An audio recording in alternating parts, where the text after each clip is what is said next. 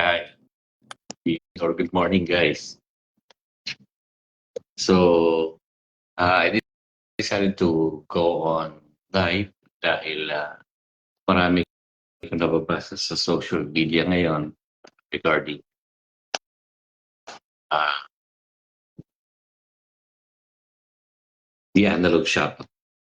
So, let's talk about it while waiting for people to come in. And maybe we'll start in a few minutes. So, I've invited several people, I think three, para naman may kausap ako dito sa topic natin na tungkol sa analog shuttle. Now, sige, antayin lang muna natin silang magdating para malaman din naman natin kung may isa-isa itong gagawin nating live stream na yun.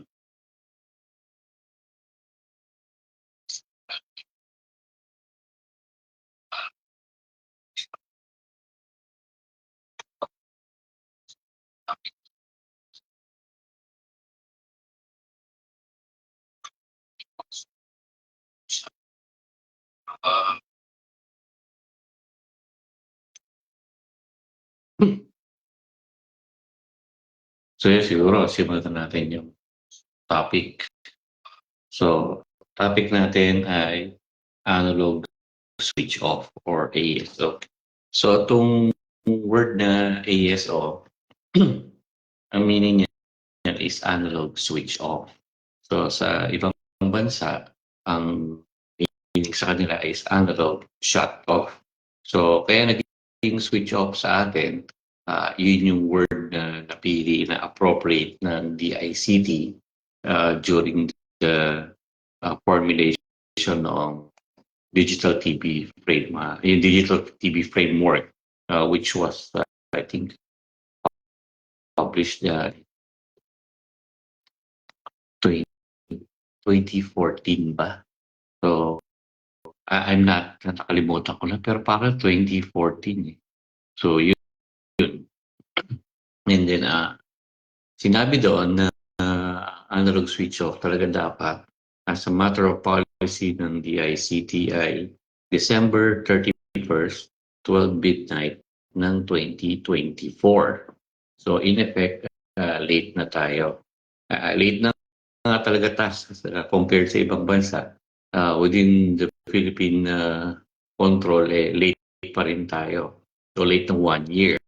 Now, bakit late ng 1 year? Kasi hindi natuloy yung switch off intended noong 2024.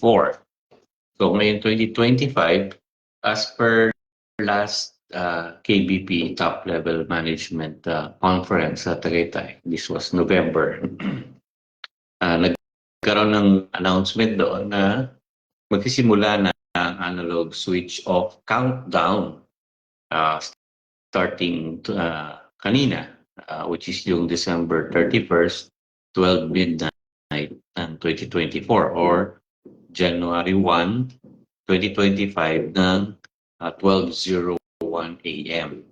So yun yung kanina. So countdown yan. Hindi papatayin pa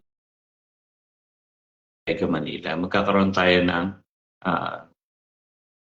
countdown to inform people na kung ano yung mangyayari. So uunahin ang Mega Manila. So clarify natin, ano ba yung Mega Manila? Ang Mega Manila would be the 17 cities and municipality. Isa na lang kasi municipality. So, plus, sa east natin is yung Antipolo area. And then, sa south would be Cavite and Laguna. Sa west would be Bataan. And then sa north would be Bulacan and Pampanga. Yun yung Mega Manila. Okay, so in effect, Metro Manila plus the adjacent provinces. Okay? So, inuna ang Mega Manila because this region has enjoyed faster digital TV acceptance sa mga tao. So it's NCR plus parts of Region 3 and Region 4A. Yan ang Mega Manila. Okay, and then ngayon, anong implication na to? So when Mega Manila is turned off, ang implication nito is up to Tagaytay area and then parts of Tanawan, Batangas, inaabot pa rin ng signal yan. And then yung coastal towns dito sa ng Laguna, yung mga Nagkarlan, I think Santa Cruz partly makukuha pa rin yan. Areas of maybe some areas to the side ng Los Baños. Not directly Los Baños, but maybe a little bit to the left ng Los Baños. So I'm imagining the map kasi. So Bataan, definitely. Tapos dito naman sa north natin, Pampanga, it can spill over up to Arayat Mountain. So yung Clark, easy yan. And then dito naman sa Tarlac, kaya parts of Tarlac and yung Bulacan sa maybe before dumating ng San Miguel, Bulacan. So malaki ang impact niyan. Pag pinatay mo ang analog sa Mega Manila or Metro Manila man lang, the effect will be felt up to the Central Luzon and then out to Southern Tagalog. Yan yung kalakas ang impact pagka i-implement mo ng analog shut-off. So, ngayon, magsisimula ng information dissemination ng gobyerno. No? Importanteng inform nila ang mga mamamayan ng darating na pagpatay ng analog TV service. Now, ano ba yung benefits nitong pag-shut off or switch off ng analog? So, magandang favor yan sa mga broadcasters kasi they will be able to streamline their operating expense dahil doon sa sabay na ino-operate nila yung analog and digital. Plus, they could transfer yung old analog nila na nandito sa NCR. Pwede nilang ilipat sa probinsya para madagdagan pa rin naman yung presence nila doon sa mga unserved areas nila. So may mga areas pa naman sa Pilipinas na hindi pa naman makakapag-digital because of the how do you say this? The purchasing power ng certain regions. So meron limitations sila. Ayun. Pati yung sa maintenance, mababawasan din. And they could concentrate their resources to improving further yung digital TV service nila. Ayan. When it comes to the viewers, doon sa in-upload ko kanina, based on data, yung survey na ginawa ko or the study that I made, shows that around 97 to 98% prefers watching digital na talaga. So yung iba, I think based on the data that I've uploaded earlier, dun sa reels na in-upload ko, I think around 86% are already in digital or watching digital TV in Mega Manila. So I have support, I have data. So kindly watch yung in-upload kong reel, yung usapang digital TV. So para meron tayong basis. So I made that study for 2 months so that we could at least get a peek kung ano na yung acceptance ng mga tao sa Mega Manila. What else? So yun. Ang maganda kasi sa digital, pare-parehas na yung quality. If we're talking of kung standard definition sila, puro standard definition, quality, pantay-pantay. Or kung high definition. Ngayon, pero kung paglalabanin mo HD at saka SD, siyempre mas maganda yung HD. Ang labanan ngayon sa digital is more of the content na hindi na yung basta pagandahan lang ng video. Sa analog kasi yun yung advantage ng mga of networks, they have lots of resources to build a higher tower, to design a better antenna system, higher transmit power, higher ERP. So therefore, nag-i-improve yung quality ng transmission nila. They could go further, mas reinforce yung signal nila as against doon sa medyo maliliit na network or mas maliit ng konti yung financial resources nila. So siyempre, talo ka na kagad doon. To include also yung mga tweaks sa analog, yung paglalagay ng magandang video processor to improve the color. Those are the things that you do in analog. Certain techniques that makes it like a sort of a trade secret. It's not really a secret, but if you need to know what you're doing in order to have that advantage of accumulation of slight advantages, it makes a lot sa analog. Meanwhile, sa digital kasi, pantay-pantay yon pagdating sa dulo.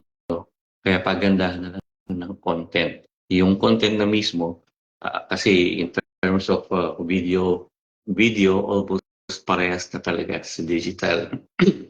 Ngayon, if you want to go ahead, if you find it strategically na mas advantageous sa inyo na mag-single program and mag-high definition, I would definitely agree that you will have a better chance of winning in terms of ratings and possibly increase your revenues if you concentrate on higher resolution programs. So I'm a major supporter ng higher quality programs, at least high definition sana. If you're a small network with limited resources, my suggestion to you as how do you say this, termed expert in digital TV, it will be in your best interest to be competitive if you push for high definition. It will develop a certain sense of viewing sa tao. And then pag nasanay mata nila nanonood lagi ng high definition, ayaw nila manood ng lower quality. So it creates that habit, it creates that patronage para sa inyo. And that is my humble recommendation if you are a network that is quite conservative in terms of resources. So you can play around also. Well, let's not talk about yung strategies on technical parameters. That would be maybe a separate discussion na siguro. So what do we expect dito sa analog switch off schedule natin? Information dissemination, maybe it would last for half a year. Okay. Remember that we will be having our midterm elections. So if we're talking of midterm elections, Mayo yan. So I do not see napapatay na analog service while the election is not yet finished. Bakit? Kasi it is in the best interest of the people to have available avenues to access news and information about the result of the election. And also, it's also in the best interest of the broadcasters to keep it as it is at the moment while there's a countdown dahil mayroong mga advertisements ang mga politiko. So, it's a decision if they want to go advertise in analog or advertise in digital. So, ang play dyan ng mga political strategies nila would be targeted advertisement with respect to the segment of the population. So it's not something that we will be discussing at the moment. Pero in terms of broadcast, let's keep yung analog still alive until matapos yung election. Siguro lumabas na yung decision kasi it's both national and local. So congressman tsaka senador, yan yung mga i-elect natin. So if it's gonna be a total switch off of analog TV service in Mega Manila, I am inclined to believe na siguro baka mid-June mangyayari. Malay natin, sabay sa June 12, Independence Day, para mas symbolic, di ba? So do not expect na yung shut-off will happen before May. So I really don't think it will happen. So when it comes to the information dissemination, uh, I am not aware if there's going to be a centralized strategy, a centralized script coming from the DICT na gagamitin ng mga broadcast network as a guide to inform them about the switch off. Uh, uh, Baka meron nang nabigay kasi it would be weird naman if the networks would be doing it on their own. Kasi this is a matter of national policy kasi. So if it's a national policy, then the DICT should at least give a guideline for broadcasters to follow or to comply, and then they can produce their own pre-formatted announcement to inform the people to obtain digital TV receivers. Then, if you're buying new TV, make sure that the TV you're buying has digital TV tuners, or if you want to keep your old TV, you buy a set-top box. So the three network sponsored box that I know of is yung sa ABS-CBN before, yung TV Plus. I think there's still some in the market. And then the GMA Afford box. And then the TV5 Sulit TV. The fourth popular set-top box, this one is, I would say, we would call it generic, na wala siyang specific network, is the Baron DTV box. Now, among the four boxes that I mentioned, si Baron, yung most recent model niya, has the most feature compared with the three. So, marami siyang kakayahan na I think mas mag-enjoy ang manonood. So I'm not advertising yung Baron, but I've seen it. Maganda siya. Pwede ka mag-record, pwede ka rin mag-playback ng movies. So yun. I better stop there. Pero if it's me who's going to get a box, then most probably I will get. I'm leaning towards yung Baron box. Pero sa tatlong network sponsored box, I'll keep my opinion na lang doon. Also, I made a study about the performance of receivers to include yung apat na nabanggit to at the other receivers integrated katulad ng mga nasa Samsung, LG, Sony, I think, and Panasonic. So we have a tabulation, but if you are interested, you can. We have submitted the result to the ITU and it's published sa ITUR 2209, and then nandun sa bandang huli doon yung tabulation na alphabetized yung ranking ng mga boxes which is better or which one is within the stand. So may message dito si Terence Tequinia, maligong bagong taon onwards to digital TV. So sa mga di nakakilala, si Terence, I remember him quite well. He's from RTU, Rizal Technological University. And the time he was still a student when we were discussing digital TV, I was doing seminars on so many schools. He even had prototypes, personally sourced niya. And now I think he has his own family na. It's been working for maybe 10 years na, no, Terence? Siguro by 10 years na ito. Hanggang ngayon, hindi pa fully accomplished yung analog switch off sa atin sa Pilipinas. So, yun. Time flies for most people. Uh, yun lang. Masyadong matagal na ang panahon lumipas, nakailang administrasyon na tayo. We were the first in Asia to do high definition on free-to-air, believe it or not.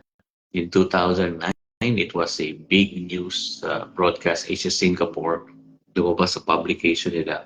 Philippines goes HD on ISDBT, while the rest of Southeast Asia are still in standard definition at that time. So imagine 2009 yun. Anong taon na ngayon? 2025 na. And I think, sino ba makakasabay natin? Cambodia o Myanmar sa analog switch off. So medyo mabagal talaga ang usad sa atin sa progreso. I don't know if we're being too careful or too naive, or there's just lack of guidance and direction from the people who should be doing this for the rest of the country. So it's a question na I keep on asking to people. It's not that we're anti-progress. I mean, the government or the people who are in government that should be making the decisions. I think they're being too careful na the absence of an appropriate decision at an appropriate time results in us being always late in the game, despite that we have the opportunity to command the leading role or be pioneers, first adopters, diba? We cannot just be waiting for others to go ahead first and see, diba? Hindi pwedeng wait and see lagi. Now, of course, the Philippine economy is doing very well in the region and in Asia, and projections by 2030 are quite very good for the Philippines. So we do hope that as the economy grows, industries will grow, and the lives of the Filipino people, not only financially, but also in terms of the comfort of the and access to various services will become better for all of us. So yun, going back, anong expectations nyo ngayon sa direction natin once ASO has been accomplished? So ASO is the process of switching off the analog. The time frame is not yet specified. There will be announcements sa mga TV networks. Personally, I don't think na papatayin ng analog before the elections. So I'm looking at mid-June bago patayin ng analog sa Metro Manila. Now, when you turn off analog in Mega Manila, yung spread kagad yan, bibilis yan. Pan-north, kasi magkakaroon ng halfway sa Central Luzon, halfway mawawala na yung analog or digital. So, it has to be met also. Iko-complement yan ng mga signals na gagaling naman sa Santo Tomas, sa Baguio. Yeah. So, maybe SFN na, let's just think na parang MFN na lang muna. So, pwede ka na mag-introduce ng stasyon sa Dagupan, gusto mo sa Ordaneta, and then sa kabilang side ay Cabanatuan, tapos Vizcaya, parang parang pinalibutan na as if we have drawn a line from west of the Luzon Island going to the east in the direction. Sabi ni Dandy Bailon, Sir James, nagkaroon na po ba ng scene ng dami ng digital TV stations sa Mega Manila ang mga taga-province like here in Pangasinan? Basahin ko mabuti. Nagkaroon na po ba ng scene ng dami ng digital TV stations sa Mega Manila ang mga taga-province like here in Pangasinan? Okay. I think ang gusto mong malaman is kung yung same number of TV stations sa Metro Manila, gano'n na rin sa Pangasinan. Hindi. Number one, sa yung kasi digital TV itong pinag-uusapan natin. Ang alam ko, depende pa yan kung nasaan ka sa Pangasinan. Kung Dagupan, side ka, then most probably ng nasa Baguio, sagap mo. Ang alam kong may digital sa Baguio ay PTV, yung dating nilagamit ni ABS-CBN, ni All-TV, TV5, GMA, Zoe, IBC. Maybe sa Baguio, just sa Dagupan, you will get mga 7 to 9 digital TV channels. And then yung 9 digital TV channels na yun, let's just assume na may tiga-4 na program sila. So you will get around 36 programs. So sa Metro Manila, we have 23 broadcasters. So pagka nagkaroon ka ng, I think at the moment, so sa Metro Manila, ang lahat meron ng digital. So bilangin natin na All TV. So start tayo sa channel 14 to 51. So by memory ko lang to. So All TV, People's Television Network, TV5, RPN, IBC, GMA, Zoe, Eagle Broadcasting, RJ, yung SBN, RMN or BEAM, Zoe, dalawa yung Zoe, pa ba? Yung FUBC, Signal TV,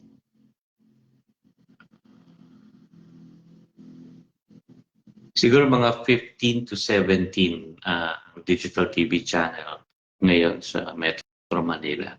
And most of them are having multiple standard definition. Ang alam ko lang naka-HD, si PTV meron siyang HD program. So sa multiplex niya, si Eagle Broadcasting or si Net25 at saka si Christian Era Broadcasting, hindi ko nabanggit kanina, naka-HD yan. The rest are all in standard definition. I think, si Zoe, sometimes naka-HD din siya. So, yun. So, sabi mo, sagap lahat, sir, wala lang UNTV, SBN, RJTV. Yes. Kasi wala pa silang ini-introduce sa service dyan sa... Kasi yung signal na dyan sa Pangasinan, nanggagaling sa Santo Tomas, sa Baguio. So, yun. At the moment, wala ka pa makukuha. Si BEAM, meron dyan sa inyo. May bagong programa kay BEAM, si yung Geng Network. Yung nag-unite lahat ng vloggers at nag-mainstream TV na rin sila. So, yun. So, I hope, partially nasagot ko yung tanong. Medyo matagal na kasi nung muli ko nang galing ng Baguio. Makita ko dyan sa Santo Tomas to ayusin yung sa isang TV station at mag-conduct din ng radio frequency investigation or field measurement ng mga stasyong nasasagap ko sa area ng Baguio, Pangasinan, pabalik na. So, yun. Baka may iba pang tanong dito, hindi ko na.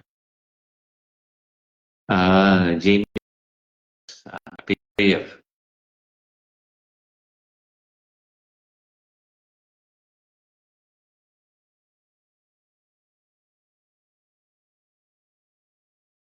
Nakita ko sa picture kanina, Happy New Year, Miming, Nikki, yeah. Happy New Year dyan sa inyo, Ati.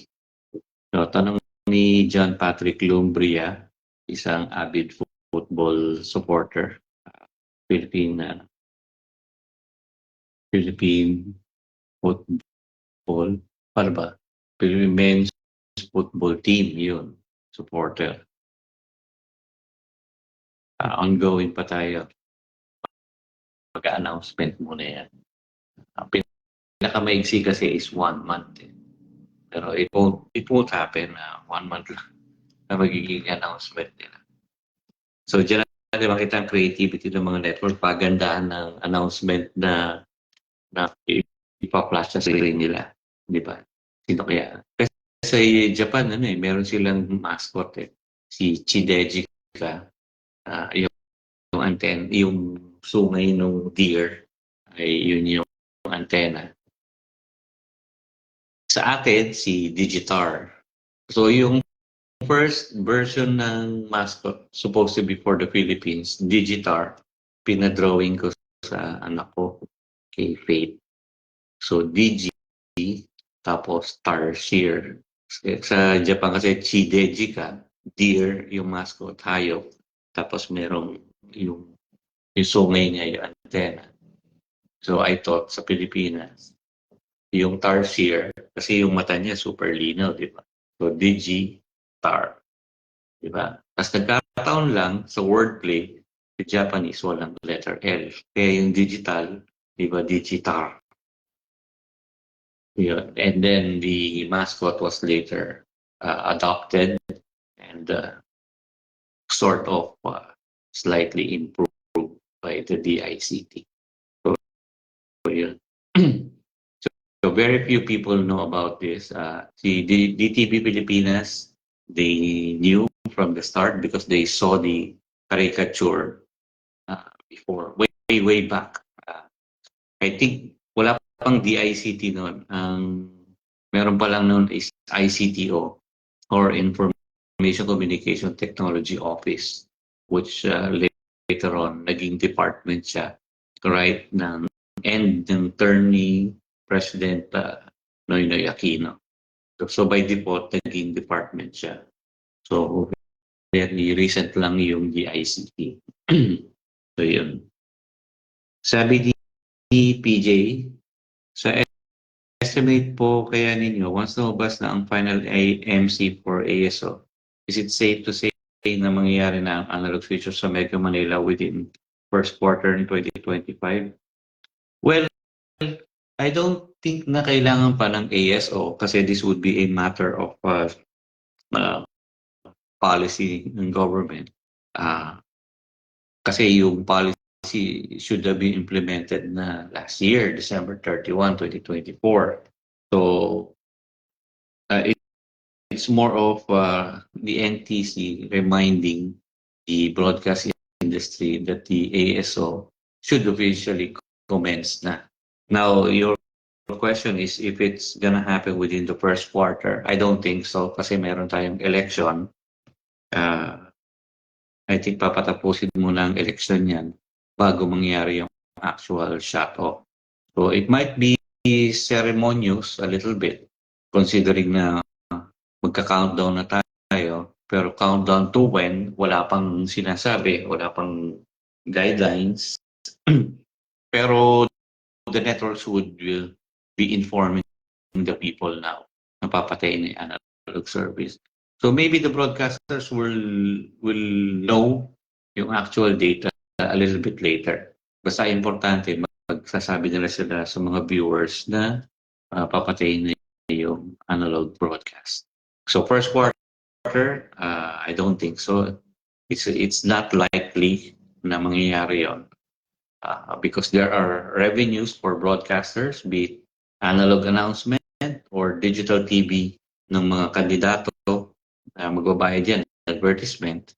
And then do sa mga tao naman to have the option to access news and information during the election period, be it in analog or digital, should be made available to the people. So yun. Sabi ni Marvin Peleño, nag-sign off na po ba ang mga analog TV stations ngayong January 1, 2025? Well, nag-sign off sila ngayon on air because yung oras ng normal operations ay patay na. Pero nag-sign off or nag-switch off na sila totally, hindi pa. Kasi sabihin naman ni NTC rin talaga kailan dapat sila magpatay na. If they turn off unilaterally yung analog services nila ngayon and they decided to go to digital, they have to inform the NTC first. So kasi hindi si NTC ang nagsabing magpatay na kayo officially. So nag-gets ibig ko sabihin. Kung ang isang network na ayaw na maghintay ng analog switch off, gusto nyo na mag-digital, kailangan niya magsabi sa NTC na, NTC, papatayin ko ng analog services ko and I will start full in digital. Then may proper advice sa NTC, merong mga documentation na gagawin niya. You have to surrender your old analog channel if you're VHF. So if you're UHF at gusto mo mag-digital na, so at humingi ka ng frequency sa NTC, then there would be conversion. Yung current channel na ginagamit mo, i-convert ng NTC from analog channel to digital channel. So, okay, let's make a distinction. Technically, there is no such thing as analog or digital channel. Huh? So, I'm referring to the use. So, currently, you're using it for analog.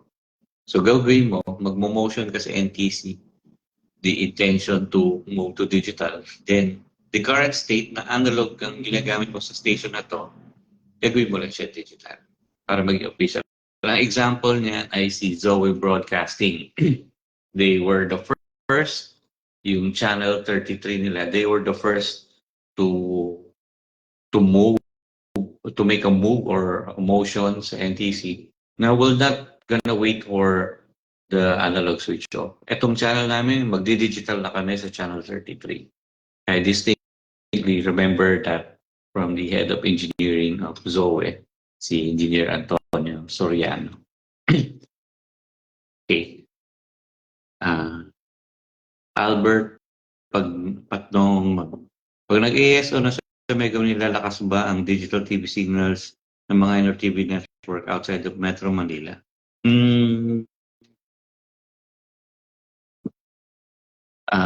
Digital TV signals ng mga minor TV networks outside of Metro Manila. Okay. Yes and no. So yes, slightly because merong kasing mga channel protection. So like in NCR, there's a threshold of interference doon sa coverage niya with respect to another station. Let's say this is NCR coverage and this is a little bit northern, central Luzon. So may protection of service yan. Hindi sila pwede mag-overlap nag-i-interfere. So yung mga stasyonanahan dito, they are restricted in power at the moment because meron sila matatapakan sa Metro Manila. The moment mawala itong mga analog services na to, I'm talking of UHF na lang, hindi VHF. Kasi sa UHF na yung digital.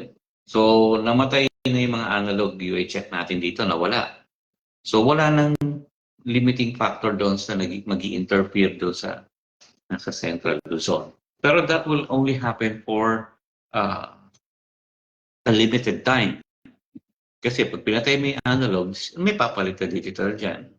So ilang network na lang ba sa Metro Manila ang walang digital? I think almost all of them have digital already. So yung papataying analog service will likely be reallocated ng government sa new players. May gagamit niya. So yun ang consequence niya. So if there would be slight improvement, it would be only for a short time do sa mga minor networks outside of Metro Manila. And besides, Hindi naman porke pinatay na yung nagpo-broadcast ng analog sa Metro Manila or Mega Manila, eh, parang license na yun na pwede nilang laksan yung power nila. Hindi. Kailangan pa rin nila magpaalam sa NTC if they want to modify their transmission. And like you said, minor broadcaster sila. So most probably yung matatapakan nila taga Metro Manila ay considered as a major network or yung mga Class A broadcast station. So sa broadcast kasi may mga different classes. Merong national, regional, uh, city, educational, religious. Those classifications have an innate restrictions and advantages. But we're not gonna talk about it. So I hope na na-answer ko yung tanong. PJ Vera. Okay. Just thanking you. Appreciate yung thanks niyo. Happy New Year, Jonathan. Kita-kits soon. Hello din, Jed Gaming. So si Patrick, na-invite natin mag-join sana, hindi nag-join, pero nakikinig siya ngayon, ang founder ng DTV Pilipinas. Happy New Year, John Navarro. So, sabi ni Jed Gaming, mas maganda sa digital TV kaysa sa analog TV. Extra linaw. Yes. Yun naman yung purpose talaga ng developing digital TV to provide a clear picture signal for the viewers. Sabi ng PWDs, Happy New Year from Iloilo. Brian Nebres, Happy New Year din, brother. See you soon. Thanks then, Albert. So yun. So if you have further questions you want to clarify, I think we'll keep the stream alive for the next siguro maximum 5 minutes. So fire away kung may mga tanong pa kayo. Tanong pag-usapan natin. Kasi maraming mga usap-usapan sa social media na medyo slightly misguided or misinformed when it comes to the meaning of analog switch off. So kaya tayo nag-live siguro, well, not siguro, sigurado kasi ako na yung iba gusto lang nilang maintindihan mabuti ang meaning niya. Akala kasi nila papatayin na, hindi pa. Judging from my experience sa regulations sa atin sa Pilipinas, hindi sila hasty, hindi sila, you say this, they would grab the opportunity kaagad pagka ganyan. So, kaya sigurado ako hindi pa papatayin ang analog agad-agad, lalo ng election pa. Ang masaya ngayon ay ang race ng digital TV implementation nationwide ay umiinit. Kapag sinabayan pa yan ng analog switch off, mas maggagalawan na lahat yan. Kasi kung sabihin nila, kung sa Maynila gumalaw na ngayong 2025, kung shut off, may possibility na yung Cebu and Davao would be next. So by shutting off, ano ba yung implication nito sa broadcast industry? Pinatay mo yung analog sa Mega Manila. Mega Manila represents about mga 40% of the actual market share or even higher the market share. So it's easy na yung sa ibang lugar. Pero yung mga missionary areas, mga unserved areas, yung mga third-class municipalities, diyan na siguro mapupunta yung mga ipo-pull out ng mga analog transmitters, ililipat na lang doon ng mga stasyon. So hindi sila bibili ng old analog, pwede nilang i-extend pa yung usability mamamax out nila yung depreciation ng mga lumang gamit. Tanong ni Geraldine ay yung CAS ba ay wala na sa DTT? Okay. Yung CAS or Conditional Access System is totally a separate discussion. Although it is a technological feature that can be utilized in digital TV, but the consequences and the complexities of CAS, complexity in terms of the fabrication of the receiver. So it's complex, pero actually madali na ma-incorporate. Pero the other thing that makes it complex is the associated franchise of a broadcaster kung magka-CAS ka. Kasi yung CAS, kaya ka nagka-conditional access system is for two purposes. Copyright protection and the other one is monetization. So karamihan na naka-CAS kasi is yung mga pay-per-view or you have to subscribe. Therefore, the franchise has to be a pay TV channel.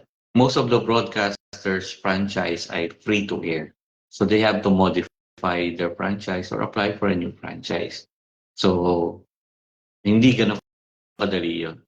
So it requires a separate discussion kasi the other complication kasi if CAS is allowed, then imagine how many networks will avail of such services also.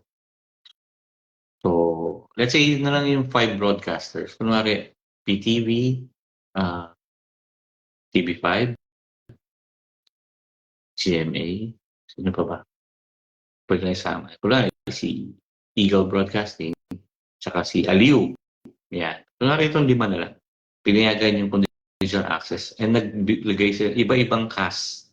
So ngayon, yung manonood na mag-avail ng certain pay TV program would require 5 receivers at home kasi magkakaiba yung CAS nila. So as part of the regulatory function of the NTC and the ICT, they may have to figure out a unified CAS for the country. Yung para isang specialized receiver lang for all networks to work. And yun yung mahirap dyan. So it's the technology yung hindi mahirap. Ang mahirap dyan is yung legal and regulatory aspect. So masyadong complicated. Next, kay Jill din ulit. Yung EWBS, pag start ng ASO may EWBS na agad. Well, meron akong ipopropose kasi sa government. But this will be covered by a separate discussion natin. Pero yung EWBS is commence na yung at least yung trials niya for the first quarter or at least the second quarter before sana mag-analog switch off sa Metro Manila, Mega Manila, nakapag-test man lang ng EWBS so that pwede na natin siyang gawing regular service. So it's still up to the DICT. So move pa ng DICT yan at the moment. The decision to engage a particular implementation. Marami kasi proponents. Sabi ni Justin Cabezas, pwede kayang pagsamahin ng ISTBT DBB sa isang box. Example, signal box tas may free-to-air digital TV. Pwede naman. Basta willing ka magbayad na 2 yung tuner set mo sa loob. Pero what's the point of having may ISDBT ka at meron kang DVB-T kung wala naman nagtatransmit ng DVB-T sa Pilipinas? Plus, kung meron mag-DVB-T sa Pilipinas or DVB-T2, that is contrary to the memorandum circular of the NTC. So I don't think papayagan sila mag-transmit. Kaya nga nagkaroon tayo ng technical working group to decide which standard to adopt para isa lang. Kasi before seeing broadcasters, parang walang pinag-iba. Naka-on perpetual yung analog and digital mo, sabay. So pag may nag-transmit ng DVB-T sa Pilipinas or T2, then pipili kayong broadcasters na dalawa ta-transmit ko. Ta-transmit ako ng ISDBT tsaka ng UBT, di ba?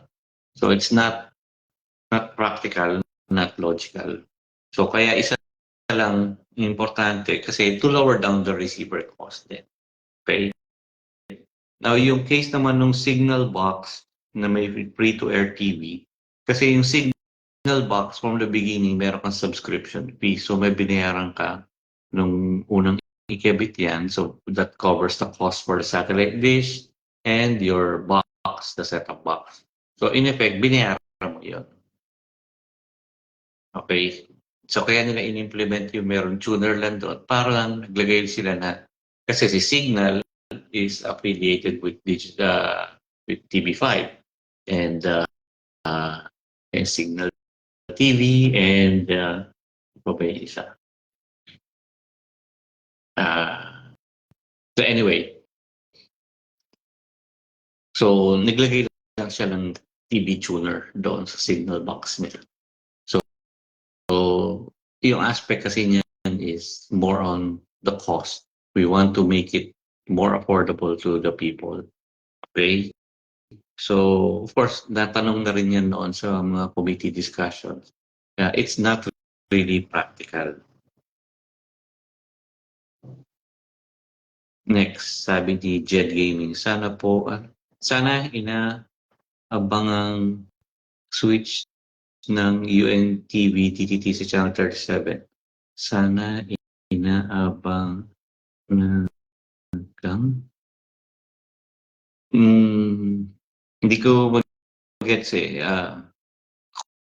kung anong meaning ng tanong mo. Switch ng UNTV. Yung 37, I think yun yung analog ng UNTV. Yung ginagamit niya. I think 38 yung digital niya. So, papatayin lang niya yung 37.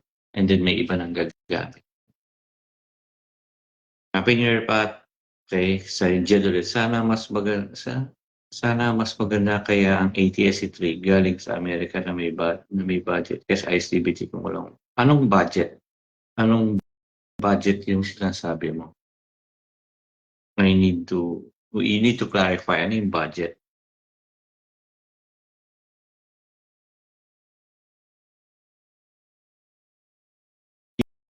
Yung ATSC3 is the modification ng kasi meron ATSC before sa US na single carrier siya versus yung OFDM ng ISDBT and DBBT.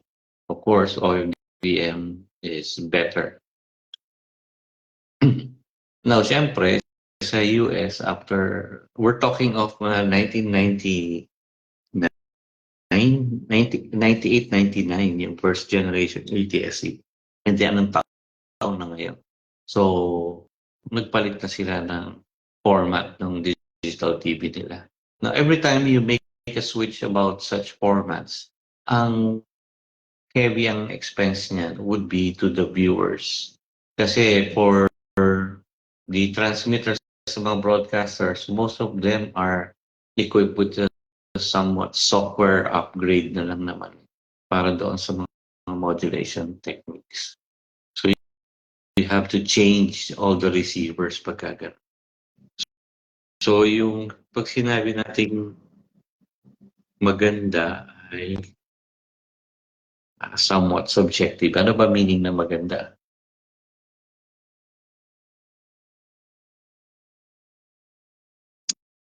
Yes, si Peru is also part of the ISDBT International.